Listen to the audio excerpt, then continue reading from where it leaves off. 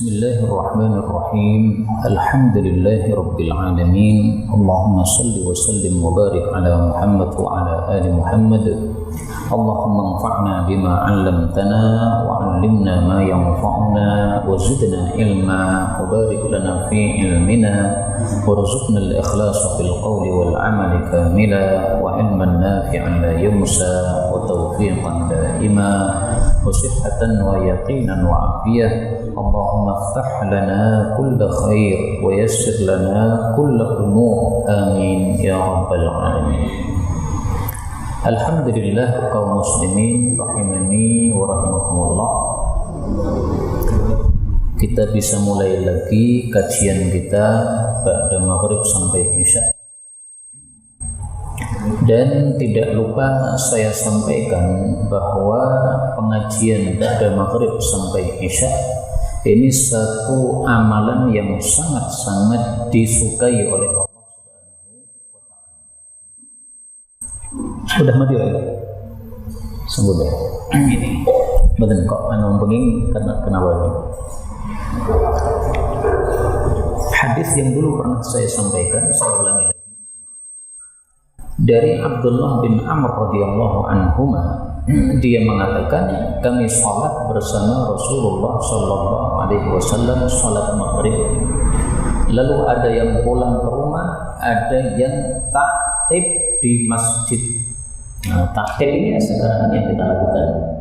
Taktib itu tetap berada di masjid sampai sholat isya. Maka Rasulullah Sallallahu Alaihi Wasallam datang dengan sangat cepat-cepat. Lalu beliau mengatakan bahwasanya ini Allah sudah membuka satu pintu langit. Allah membanggakan kepada para malaikat. Allah mengatakan, lihatlah kepada hamba-hambaku, mereka sudah menyelesaikan ibadah fardu dan mereka menunggu ibadah fardu yang lain. Jadi posisi kita sekarang ini sedang disebut-sebut Allah di atas langit. Allah membanggakan kita di hadapan para malaikat. Ini hamba-hambaku sudah salat maghrib selesai tapi enggak pulang, tapi nunggu salat isya. Karena itu pada maghrib sampai isya ini sebisa mungkin kita berada di masjid, sebisa mungkin. Kalau tidak, maka kita pulang ke rumah, kita ibadah di rumah. Karena ada perkataan dari Sayyidina Salman. Apa kata Sayyidina Salman? Ini saya tuliskan perkataan Sayyidina Salman karena saking pentingnya. Ahyu ma baina al-isya'ain. Hidupkan waktu di antara dua sholat isya. Dua sholat isya maksudnya maghrib sama isya. Dihidupkan yaitu dihidupkan dengan ibadah. Ini perkataan Sayyidina Salman. Maka kalau bisa di masjid bagus, dibanggakan Allah. Kalau tidak, maka di rumah kita ibadah, itu sudah menghidupkan ibadah waktu di antara maghrib dan isya.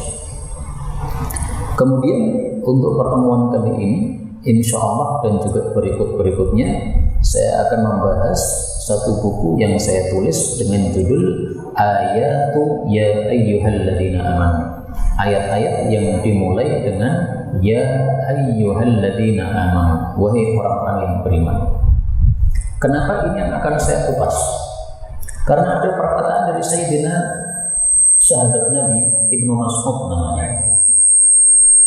Kata Ibnu Mas'ud, kalau kita mendengar Ya Ayyuhalladzina Amanu, kita disuruh untuk pasang telinga baik-baik.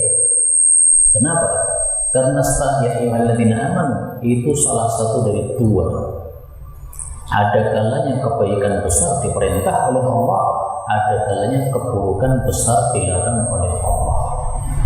Maka inilah yang menyebabkan saya kumpulkan ayat-ayat yang dimulai dengan Ya Ayyuhalladzina Amanu.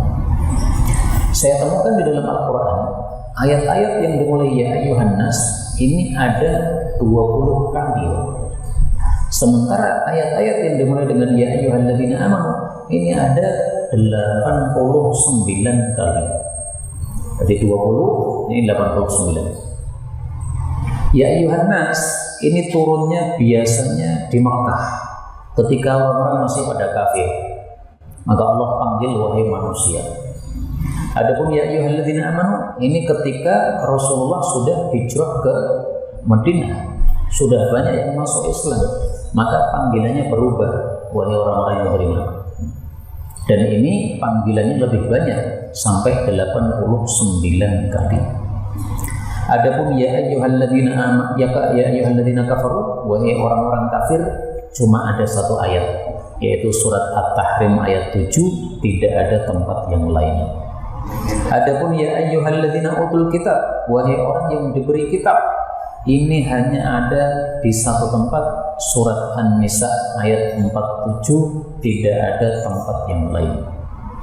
Adapun qul ya ayyuhalladzina hadu, wahai orang-orang Yahudi, ini cuma satu tempat, yaitu surat Al-Jum'at ayat 6, tidak ada yang lain. Nah, berarti ada 5 panggilan. Ya ayyuhan nas 20, ya ayyuhalladzina amanu 89, lainnya satu-satu, wahai orang kafir, wahai orang yang ahli kitab, wahai orang Yahudi.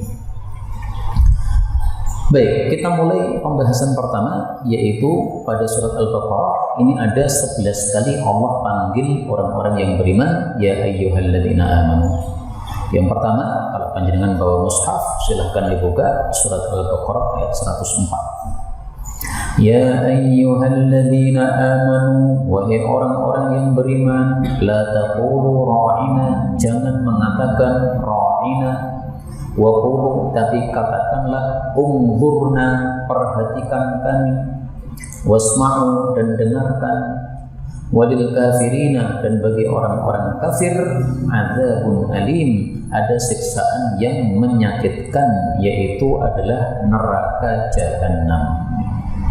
Ayat ini termasuk ayat yang bicara tentang adab berbicara. Ternyata bicara itu ada adabnya.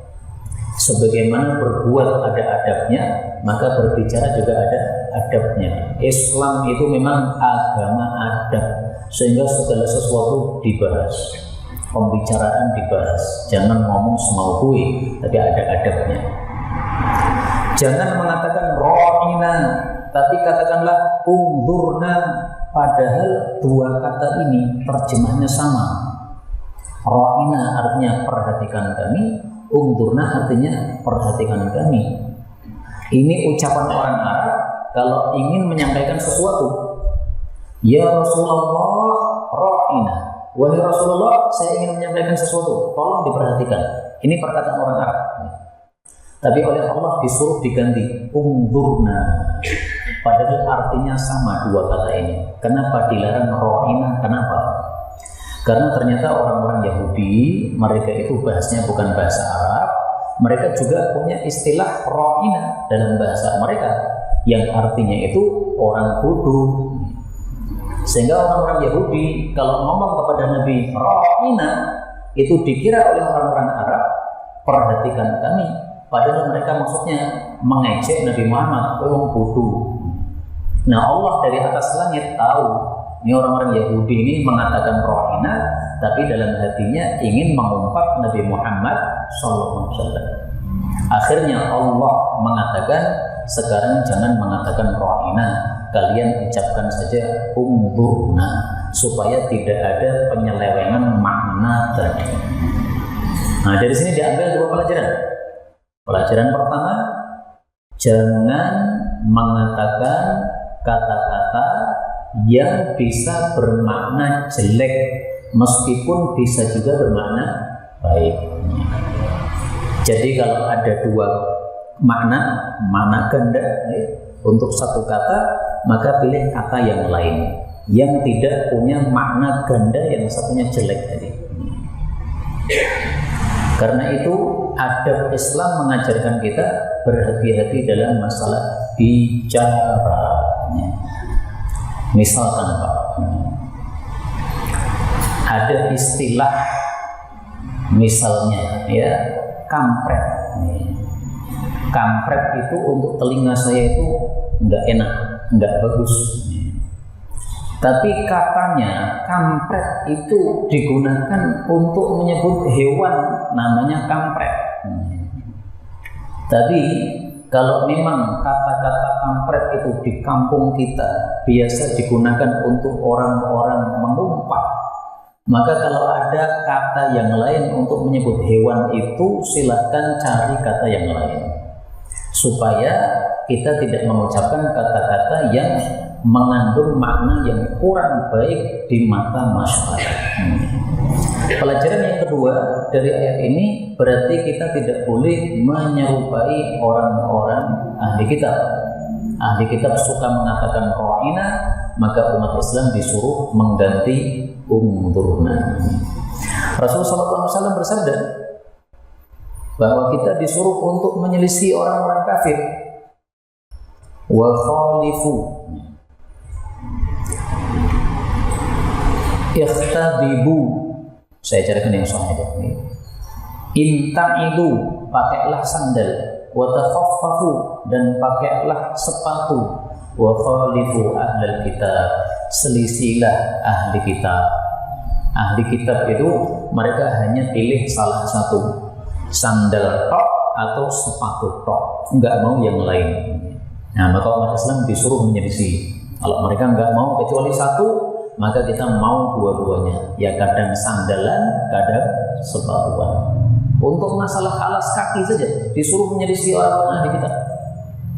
Rasulullah juga bersabda, sumu yauma asyura, puasalah hari asyura, wa khalifu fihi al-yahud, tapi selisihilah orang Yahudi, sumu qablahu yauman, tambah puasa satu hari sebelumnya, wa ba'dahu yauman, atau satu hari setelahnya. Ini insya Allah kita amalkan bulan depan. Tanggal berapa? 9 sama 10 Muharram. Yahudi puasanya cuma 10 Muharram. Nah, kita tambahin 9, 10 atau 10, 11. Tapi seandainya cuma 10 tok, ya tetap boleh. Hanya lebih utama kalau kita menyelisih ahli kita. Kemudian yang dimaksud di sini adzabun alim, siksaan yang menyakitkan, ini maksudnya adalah neraka.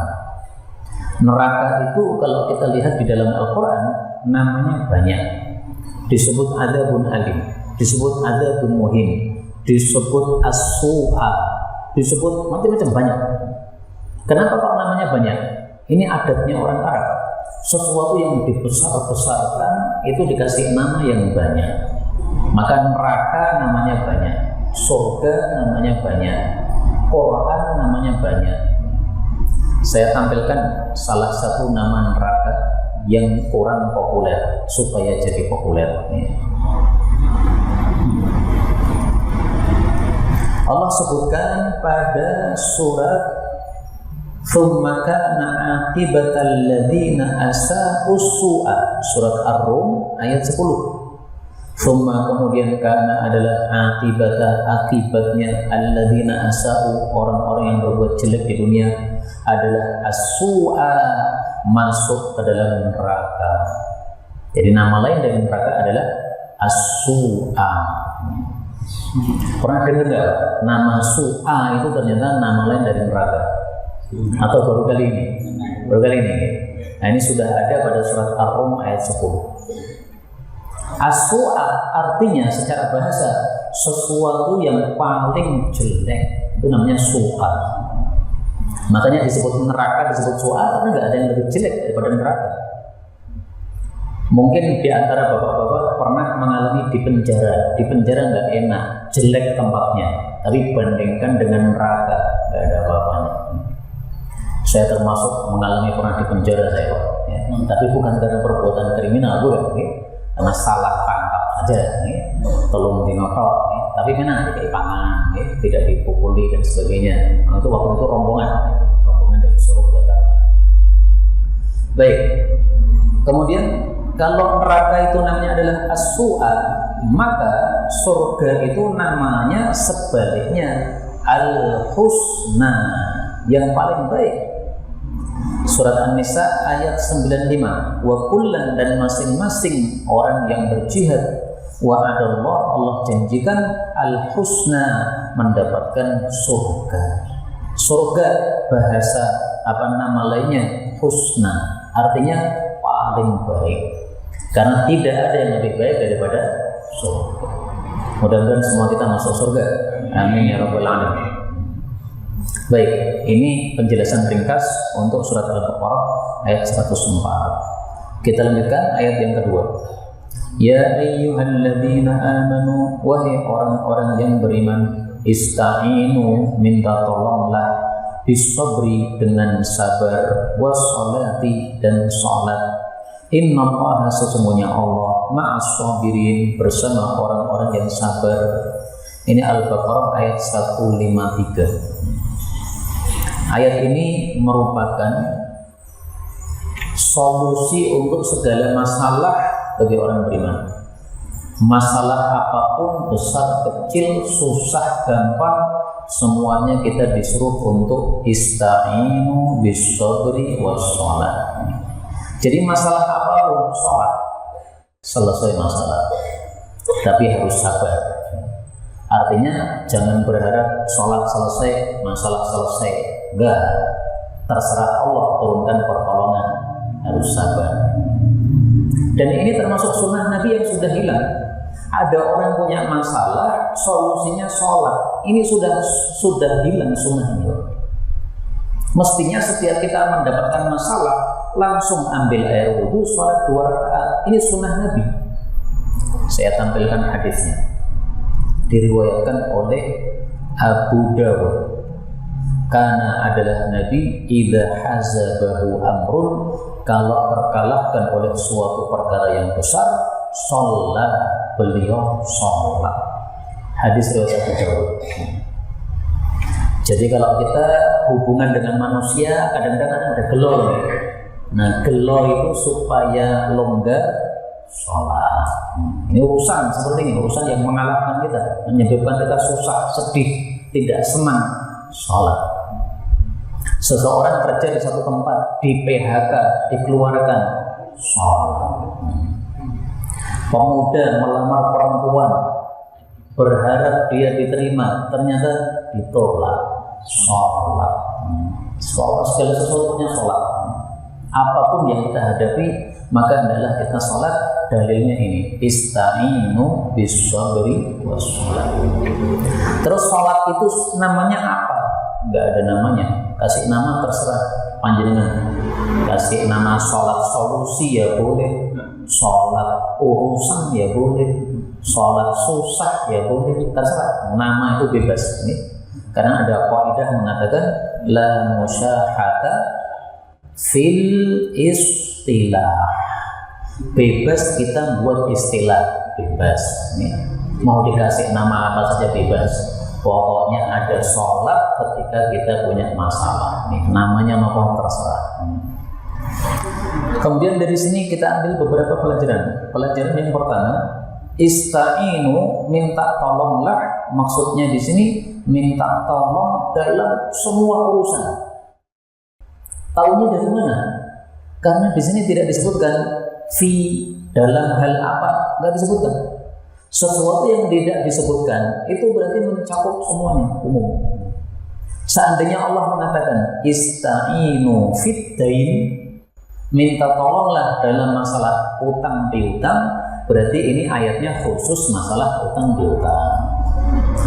Seandainya di sini ista'inu fil bai', minta tolonglah dalam masalah jual beli, seandainya ayatnya begitu, berarti ini khusus dalam jual beli. Tapi ini sengaja Allah hapus, nggak ada fee-nya, nggak ada. Kenapa dihapus? Supaya mencakup semua. Jadi semua urusan minta tolong sama Allah. Masalah dunia, masalah akhirat, masalah agama, masalah pekerjaan, masalah apapun, minta tolong kepada Allah Subhanahu wa Ta'ala. Dan ini sebenarnya sudah kita baca setiap hari di dalam sholat. Iyyaka na'budu wa iyyaka nasta'in. Surat Al-Fatihah ayat 5. Hanya kepadamu kami ibadah, hanya kepadamu kami minta tolong. Ini isyarat bahwa minta tolong kepada Allah termasuk ibadah. Makanya disebutkan gandeng, hanya padamu kami ibadah, hanya padamu kami minta tolong. Kaum muslimin rahimani wa rahimakumullah. Muncul pertanyaan, kalau kita disuruh minta tolong dengan cara sabar dan sholat, apakah berarti kita tidak disuruh untuk berdoa? Maka jawabnya adalah kita juga disuruh untuk berdoa, tapi dalilnya dalil yang lain, bukan ayat ini. Dalilnya apa? Allah Subhanahu wa taala mengatakan, wa qala rabbukum ud'uni astajib lakum. Allah berkata, doalah padaku, saya akan kabulkan. Surat Ghafir ayat 60. Jadi mempraktekkan ayat ini bisa kita gabung dengan ayat yang lain. Ada masalah, sholat. Selesai sholat, doa. Nggak apa-apa. Atau doanya pas kita sujud, boleh. Doa pas sujud, dalilnya apa? Sabda Nabi SAW.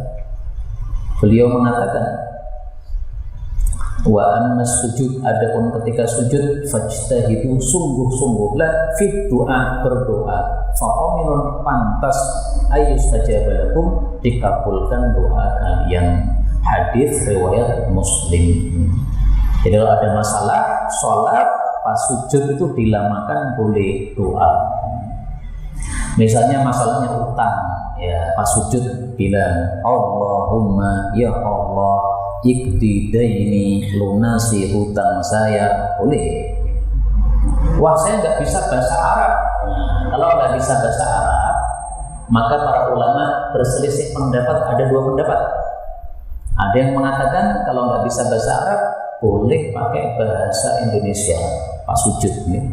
Ya Allah, kula mboten saged bahasa Arab niki, tolong utang saya dilunaskan. Itu boleh menurut sebagian ulama. Pendapat yang kedua mengatakan nggak boleh. Kalau nggak boleh, terus gimana solusinya? Doanya dalam hati. Pas sujud kita membatin dalam hati, ya Allah lunasi utang saya. Nah, kalau saya menyarankan pakai pendapat yang kedua saja, lebih aman.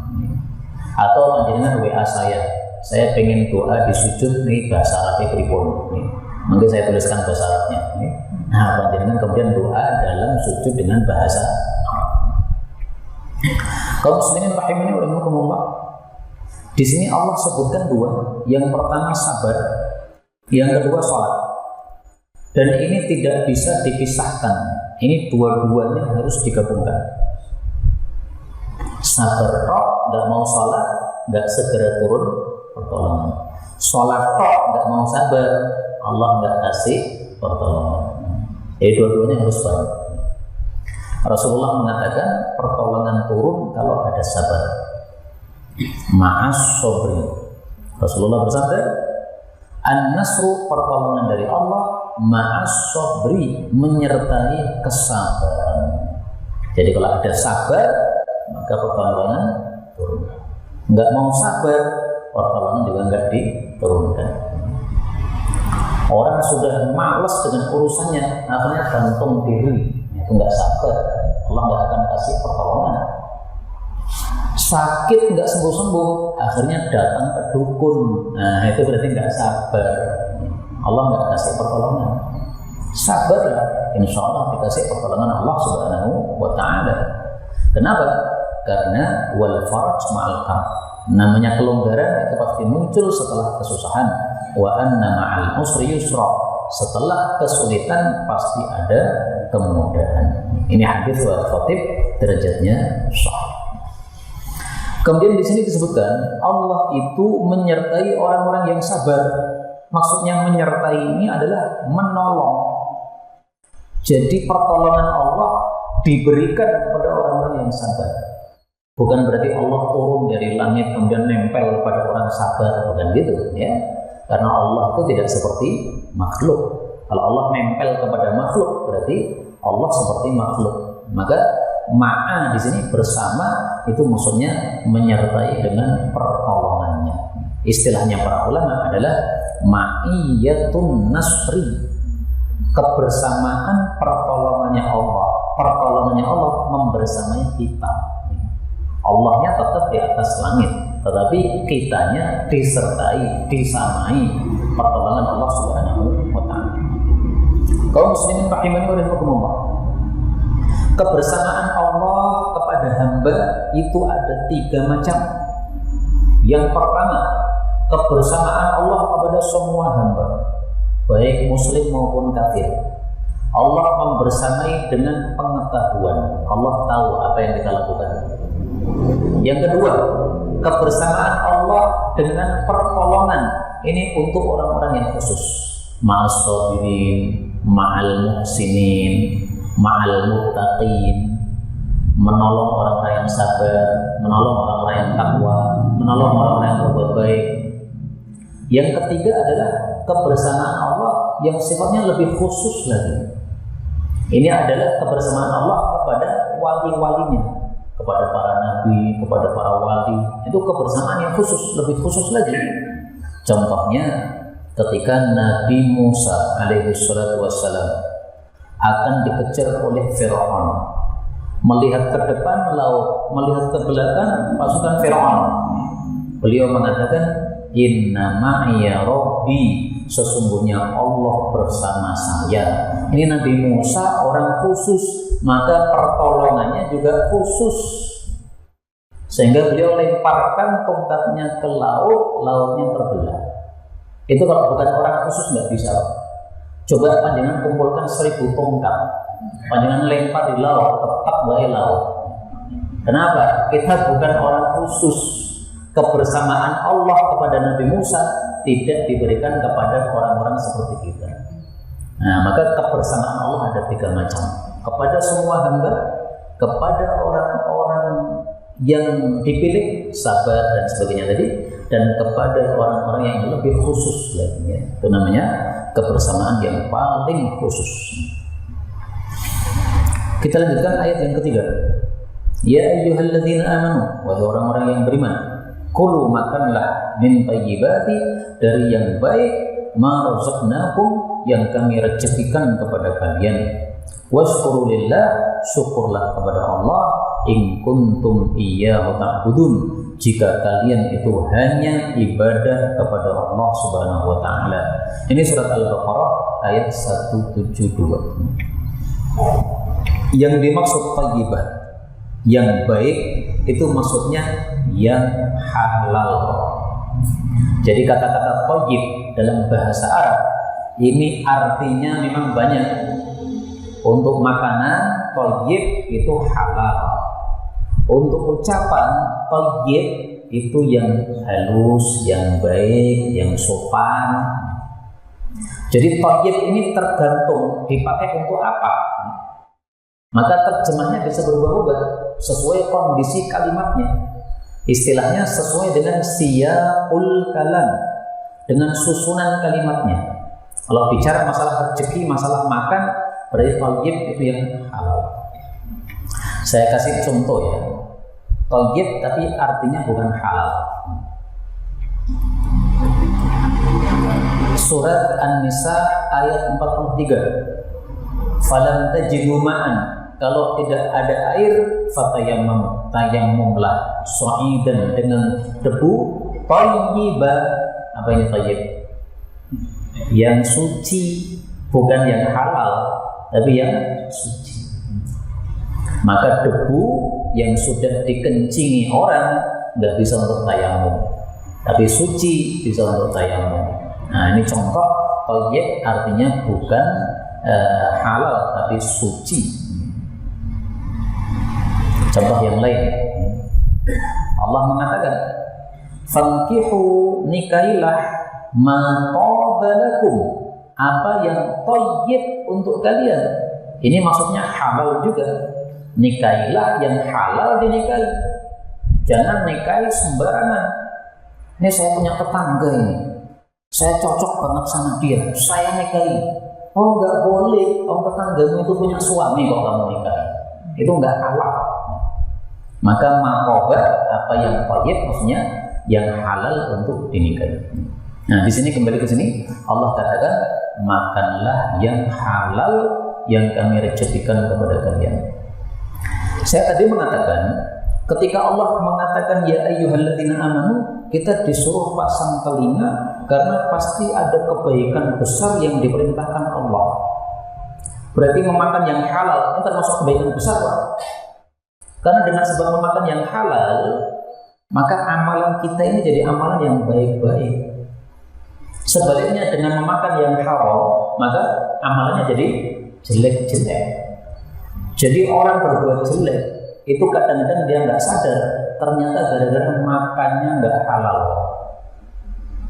kerjanya nggak halal, akhirnya hasil yang tidak halal dimakan, maka jadi amalnya jelek.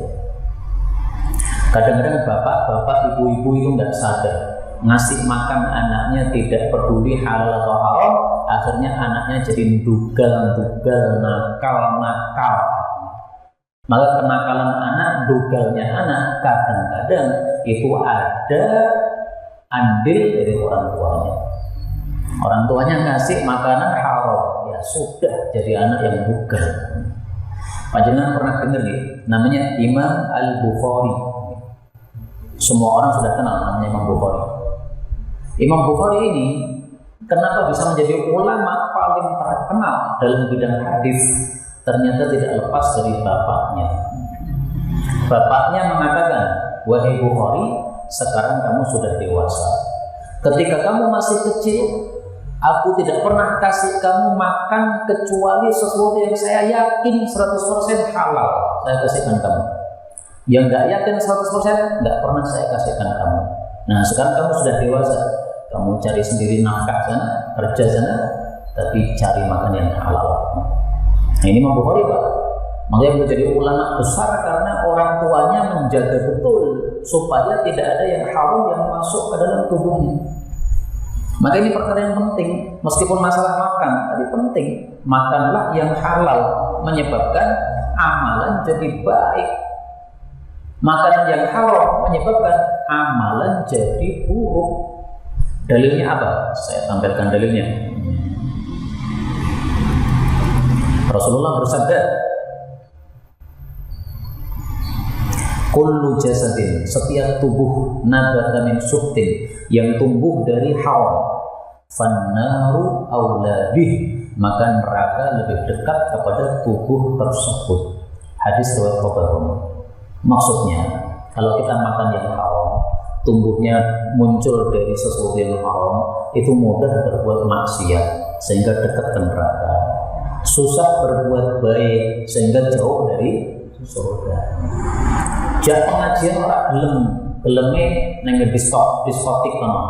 Nah, itu berarti mungkin makannya haram. Maka untuk maksiat cocok, untuk yang baik-baik nggak cocok. Ini gara-gara makanan yang haram. Alhamdulillah insyaallah. Gara-gara makanan yang haram, angkat tangan berdoa setinggi apapun nggak dikabulkan sama Allah. Bersafar sejauh apapun doa nggak dikabulkan oleh Allah. Gara-gara makan yang haram. Saya tampilkan dalilnya. Fa anna yustajabu lahu. Rasulullah bersabda, ada seseorang yang dia itu yutilus safar jauh, as'atha akbar, rambutnya kusam, berdebu, yamudu yadayhi ila sama, diangkat tangannya tinggi-tinggi ke langit.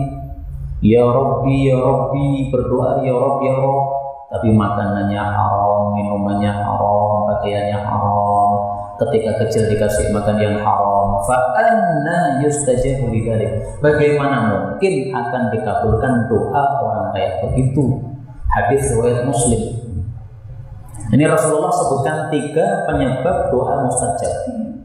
Safar itu penyebab doa mustajab. Mengangkat tangan ke langit itu penyebab doa mustajab. Mengatakan ya Rabb, ini penyebab doa mustajab. Karena ya Rabb ini menurut Ibnu Abbas ini adalah nama Allah yang paling agung, yang kalau kita sebut dalam doa, doanya cepat mustajab. Tapi dia melakukan 3 perkara yang menyebabkan doa tidak dikabulkan. Makanannya haram 1, minumannya haram 2, pakaiannya haram 3. 3 lawan 3. Menang yang mana? Menang yang haram. Yang baiknya kalah semua. Ini seperti seseorang naik mobil macet, didorong 3 orang dari belakang, tapi malah di ring. Lalu pembetul orang mungkin laku, empat rem. Sama dengan tadi, berdoa melakukan 3 perkara, mestinya mustajab, tapi melakukan 3 perkara yang menyebabkan tidak mustajab, ya kalah. Maka ada istilah mengatakan gini, Pak. Idza ijtama'a al-halal wal haram ghullibal haram. Kalau kumpul yang halal dengan yang haram, yang menang yang haram. Yang baik dengan buruk kumpul dicampur satu, menang yang buruk. Kalau nggak percaya silahkan panjenengan buat sambal korek sebanyak apapun, tambahnya sak bulit telek lincung. Jadi telek atau jadi sambal nih. Padahal sak bulit tok kan. Sambal telek lincung ini nggak enak. Maka yang menang yang jelek nih. Nah, sama juga dengan yang tadi. Halal haram digabung, haram yang menang. 1 gelas air teh dikasih 1 tetes pipis anak kita, tes seraiman. Padahal cuma 1 tetes. Kenapa? Karena memang yang jelek atau yang haram itu pasti lebih dominan seperti itu. Kemudian pada ayat ini Allah mengatakan, makanlah yang halal dan bersyukurlah kepada Allah Subhanahu wa Ta'ala. Jadi ini menunjukkan bahwasanya setelah kita memakan, maka hendaklah kita bersyukur kepada Allah Subhanahu wa Ta'ala. Ini isyarat apa? Apapun yang kita dapatkan itu kita harus menghayati, meyakini, menyadari itu datangnya dari Allah. Kalau kita bisa meyakini begini, tidak akan ada kesombongan. Pinter, nggak akan sombong. Kenapa? Ini pinter saya dari Allah. Duitnya banyak, bisnisnya lancar, nggak bakal sombong. Kenapa? Datangnya dari Allah. Apa kata Nabi Sulaiman alaihissalam? Ketika beliau Nabi Sulaiman alaihissalam mendapatkan nikmat yang besar dari Allah, yaitu sekejap mata singgasana Ratu Balqis sudah mustaqirran indah, sudah langsung pindah di depan mata. Maka beliau mengatakan, hadza min fadli rabbi, ini semata-mata karunia Allah. Beliau tidak mengatakan, oh hebat saya, pasukan saya ini bisa memindahkan singgasana Balqis sekejap, hebat saya. Hadza min fadli rabbi, ini semua karunia dari Allah. Maka kalau orang sadar semuanya datang dari Allah, nggak bakal dia ujub, nggak bakal dia sombong, nggak bakal dia merasa wah. Cukup mengucapkan satu jawaban, Alhamdulillah, Alhamdulillah. Sholat jam 2 malam sampai jam 4, tetangga-tetangga masih tidur, nggak akan merasa wah, enggak. Alhamdulillah dikasih taufik Allah sholat 2 jam nih. Akhirnya ditambah nikmat oleh Allah Subhanahu wa Ta'ala. Sebagai penutup untuk majelis kali ini, bagaimana cara kita bersyukur kepada Allah setelah makan? Rasul Shallallahu Alaihi Wasallam mengajarkan satu doa yang apabila kita baca setelah makan, maka dosa-dosa kita diampuni oleh Allah. Rasul Shallallahu Alaihi Wasallam bersabda, man akala ta'aman, siapa yang makan makanan lalu mengucapkan alhamdulillahilladzi at'amani hadzal ta'am wa razaqani min ghairi haulin minni wala quwwah, diampuni semua dosanya yang sudah lewat. Karena itu mari kita baca bersama, alhamdulillah alladzi at'amani هذا الطعام وارزقنيه من غير حول مني ولا قوة.